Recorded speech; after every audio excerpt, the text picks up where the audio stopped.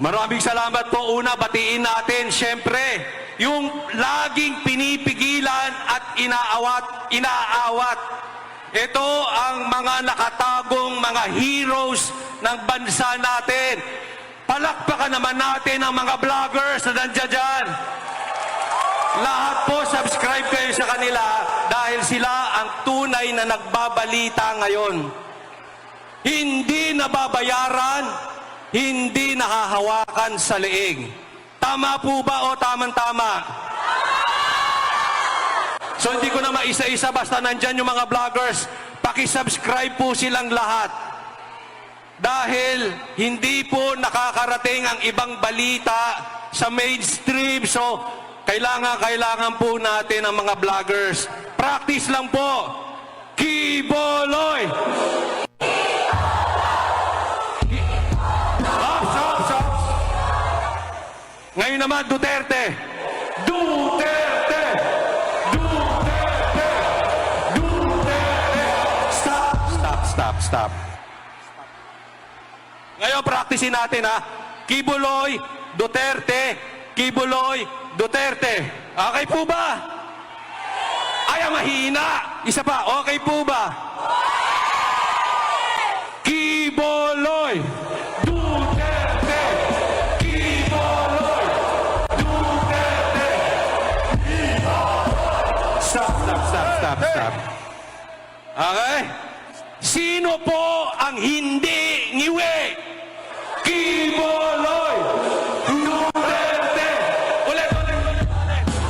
Sino ang siguradong hindi adik? Kibuloy, Duterte. Kibuloy, Duterte. Kibuloy, Duterte. Stop.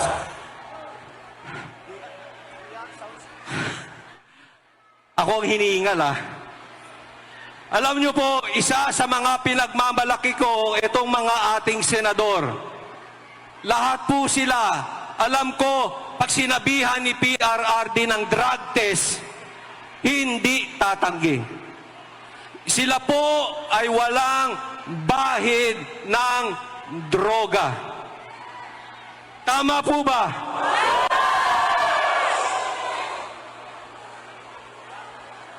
Sino ang walang bahid ng korupsyon?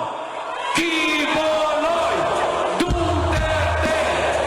Kibuloy, Duterte. Kibuloy, Duterte. Alam niyo po, isa yan sa programa ni Pastor Kibuloy. Ihihinto ang korupsyon. Si Pastor Kibuloy, walang bahid ng korupsyon. Kaya po pwedeng magsalita laban sa korupsyon. Tama?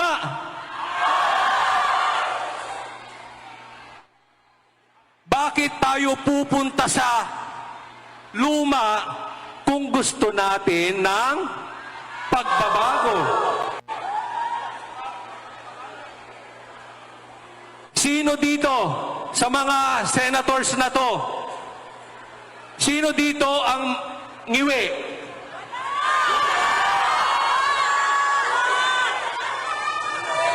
Lahat pogi, no?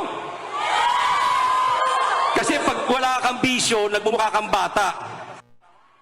Sino po sa kanila ang may bahid ng korupsyon? Bakit pa tayo sa luma? Kailan lang sinelebrate yung February 25, 1986? Tama? Bata pa ako noon. Ngayon matanda na ako. May nangyari ba sa Pilipinas? Sa totoo lang. Lalo pa nga tayo humirap Napag-iwanan na tayo. Tapos, ang ipagmamalaki nila ay yung credentials ng apelyido ng mga senador. Anong nagawa nila?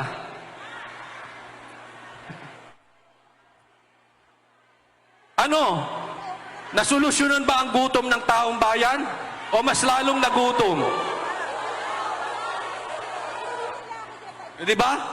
Sino dito, wag na kayong magtanggi, sino dito yung buhay na ng 1986? Sige, pakitaas. Ba, puro bata 1986. Umayos ba ang buhay ng Pilipinas? Yung totoo lang. Di ba, puro apelyido?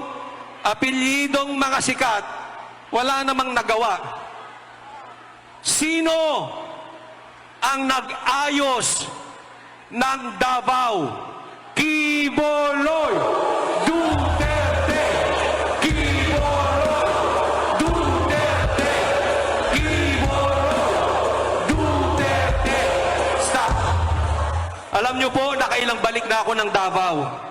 Nakakainggit po ang Davao. Dating napakagulo ng Davao. Ngayon, maayos na. Kaya wag po nating kakalimutan. Kung gusto nating maayos, isa-isahin natin. Jimmy Bondoc, De La Rosa, Bato De La Rosa, Bongo, Attorney JV Hinlo, Attorney Raul Lambino, Congressman Rodante Marcoleta, Attorney Vic Rodriguez, Philip Salvador, at higit sa lahat, panghuli, Pastor Kibuloy.